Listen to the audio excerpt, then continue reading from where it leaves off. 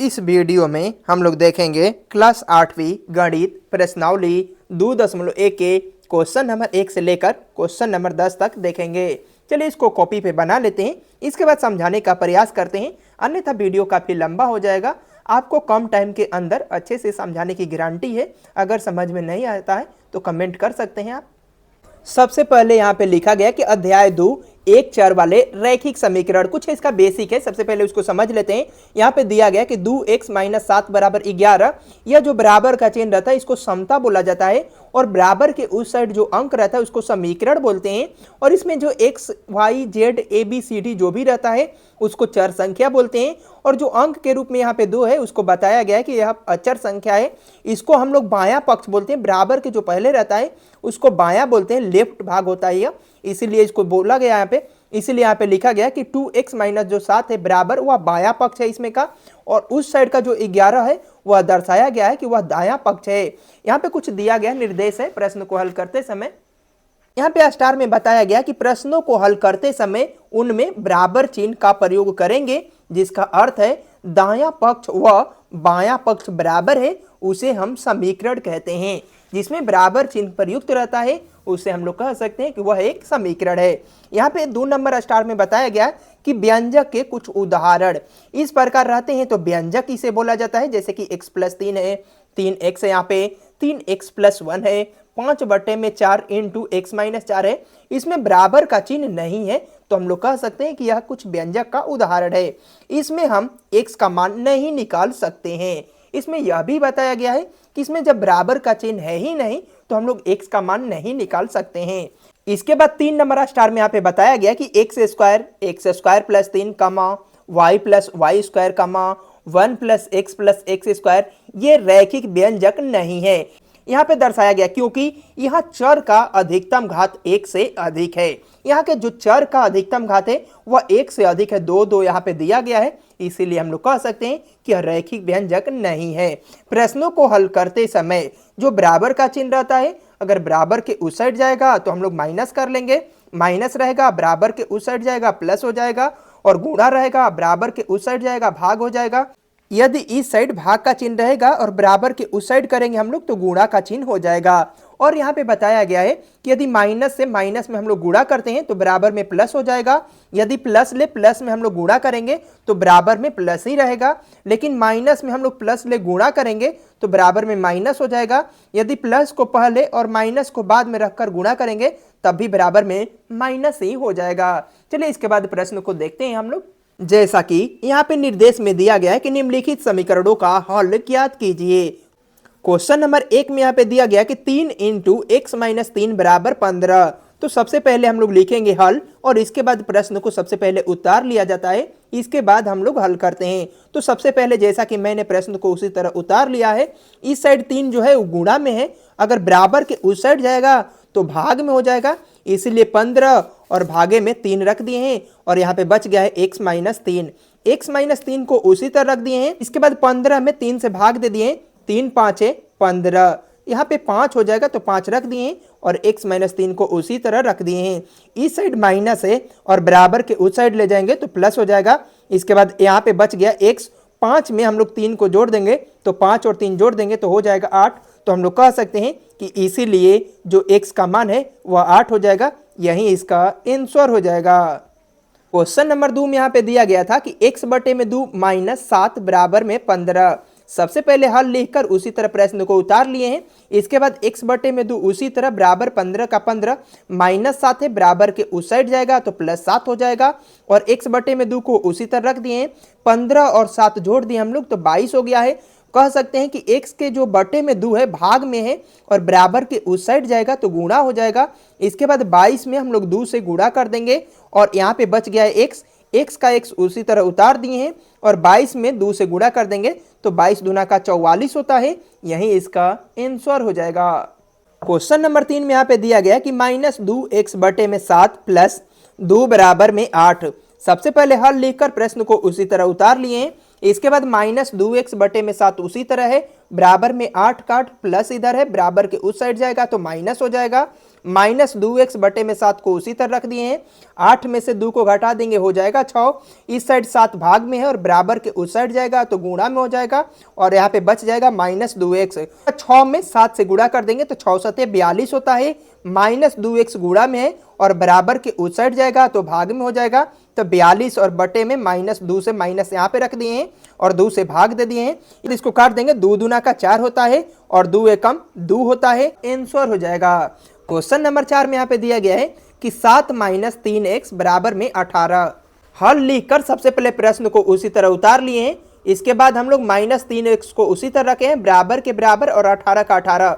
यहाँ पे प्लस 7 है और बराबर के उस साइड जाएगा तो माइनस 7 हो जाएगा। माइनस 3x का 3x उसी तरह है। 18 में से हम लोग 7 को घटा देंगे तो हो जाएगा 11। माइनस 3 गुणा में है यहाँ पे और बराबर के उस साइड जाएगा तो भाग में हो जाएगा। इसके बाद हम लोग लिखेंगे कि इसीलिए x बराबर 11 बटे में माइनस 3, यही इसका आंसर हो जाएगा। क्वेश्चन नंबर 5 में यहाँ पे दिया गया था कि 18 बराबर 40 माइनस 3x। हल लिखकर सबसे पहले प्रश्न को उसी तरह उतार लिए हैं। इसके बाद माइनस 3x है, बराबर के इस साइड आएगा तो प्लस 3x हो जाएगा और 40 का 40 वहीं पर है। यहाँ पे प्लस 18 है और बराबर के उस साइड जाएगा तो माइनस 18 हो जाएगा। इसके बाद 3x का 3x उसी तरह रख दिए हैं और 40 में से 18 को घटा देंगे तो हो जाएगा 22 और यहाँ पे 3 गुणा में है और बराबर के उस साइड जाएगा तो भाग में हो जाएगा। तो कह सकते हैं कि इसीलिए x का मान 22 बटे में जो 3 है यही इसका आंसर हो जाएगा। क्वेश्चन नंबर 6 में यहाँ पे दिया गया था कि 25 बटे में 6 माइनस 9y बराबर में 11। सबसे पहले हल लिखकर प्रश्न को उसी तरह उतार लिए हैं। इसके बाद माइनस 9 का 9 उसी तरह है, बराबर 11 का 11। यहाँ पे प्लस में 25 बटे में 6 है और बराबर के उस साइड जाएगा तो माइनस 25 बटे में 6 हो जाएगा और माइनस 9y को उसी तरह रख दिए हैं और बराबर के बराबर हम लोग कह सकते हैं कि 11 के नीचे जो है वो 1 छुपा है और माइनस 25 बटे में 6 को उसी तरह रख दिए हैं। माइनस 9y को उसी तरह रखे हैं। इसके बाद तिर्यक गुणा कर दिए हैं। 6 में 11 से गुणा कर देंगे तो 66 हो जाएगा और माइनस का माइनस 1 में 25 से गुणा कर देंगे तो 25 से कम 25 और नीचे नीचे गुणा करेंगे तो 6 एकम 6 हो जाएगा। इसके बाद माइनस 9y उसी तरह लिख दिए हैं और 66 में से हम लोग 25 को घटा देंगे तो हो जाएगा 41 और बटे में 6 का 6। इसके बाद हम लोग माइनस 9y इस साइड गुणा में है और बराबर के उस साइड जाएगा तो भाग में हो जाएगा तो 41 और बटे में 6 का 6। माइनस 9 गुणा में था तो यहाँ पे आ गया था भाग में, 41 का भाग में हो गया माइनस 9 तो 41 का 41 उसी तरह रख दिए। 9 में 6 से गुणा कर देंगे तो 9 6 के 54 होता है और माइनस का माइनस लिख देंगे। तो हम लोग कह सकते हैं कि इसीलिए y बराबर 41 बटे में माइनस 54, यही इसका आंसर हो जाएगा। नंबर 7 में यहाँ पे दिया गया कि 2.4 बराबर x बटे में 2.5 माइनस 1। सबसे पहले हल लिखकर प्रश्न को उसी तरह उतार लिया जाता है। इसके बाद माइनस 1 है, बराबर के इस साइड आएगा तो प्लस 1 हो जाएगा और बराबर में x बटे में 2.5 है। 2 रुपया 40 पैसा है और 1 रुपया है तो जोड़ देंगे इसको तो 3 रुपये 40 पैसा हो जाएगा, बराबर x बटे में 2.5। इस साइड 2.5 भाग में है, इस साइड आएगा तो गुणा हो जाएगा तो 3.4 गुणे 2.5 लिख दिए हैं और वहां पे बच गया है x। इसके बाद हम लोग गुणा कर देंगे, इसको 25 मान लेते हैं। हम लोग दशमलव को भूल जाते हैं, इसको भी भूल जाते हैं। 25 चौका 100 का 0 होता है, हासिल 10 होता है और 25 3 75 और 10 85। इसके बाद एक अंक के बाद दशमलव इसमें है और एक अंक के बाद दशमलव इसमें है। इसके बाद 2 अंक के बाद दशमलव हम लोग रख देंगे तो 8.50 x का मान निकल गया। तो हम लोग लिखेंगे कि इसीलिए x का जो मान है 8.50 आ गया है तो इसको हम लोग लिखेंगे कि इसीलिए x बराबर 8.5 दशमलव के एक अंक तक दर्शा देंगे, यही इसका आंसर हो जाएगा।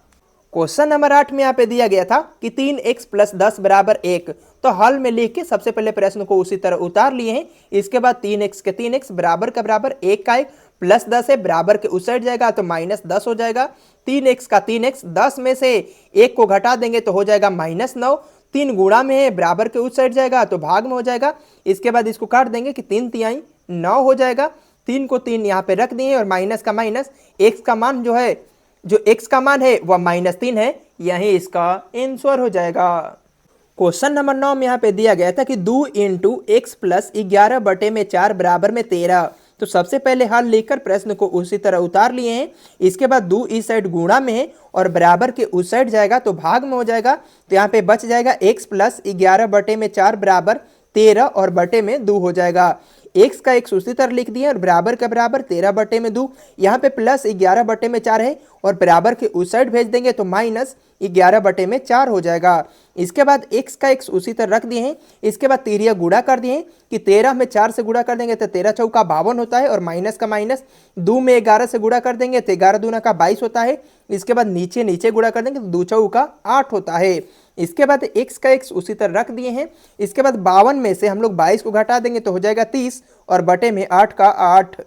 इसके बाद हम लोग इसको काट देंगे, 2 से काटेंगे तो 30 का आधा 15 होता है और 2 से काटेंगे तो 8 का आधा 4 होता है। तो हम लोग कह सकते हैं कि इसीलिए x बराबर 15 बटे में जो 4 है वही इसका आंसर हो जाएगा। क्वेश्चन नंबर 10 में यहाँ पे दिया गया था कि x बटे में 3 प्लस माइनस में 14 बटे में 3 बराबर 3 बटे में 7।